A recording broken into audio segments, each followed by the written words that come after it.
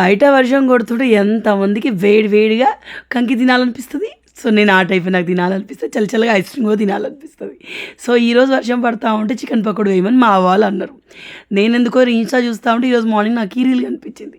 Sweet corn ఇలా deep fry చేశారనమాట. Chatpata corn అనమాట ఇది.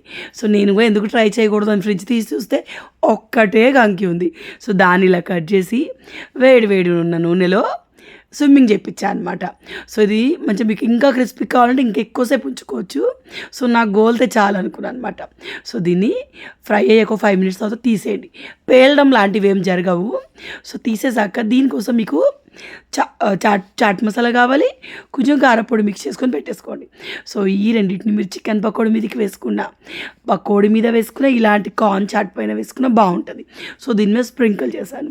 ఇప్పుడు బయట చల్లని వర్షంలో ఇలా వేడిగా చట్పటిగా తింటే ఎంత బాగుంటుంది. సూపర్ కదా.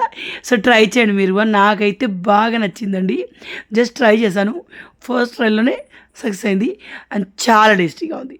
ఎందులో అయినా చాట్ మసాలా ఇస్తే అది అదర్స్లోకి వెళ్ళిపోతుంది కదా, ఏమంటారు. బాయ్. సో మీరెందుకు చూస్తారు, మీరు కూడా చేసి ట్రై చేయండి, తినేసేయండి. బాయ్.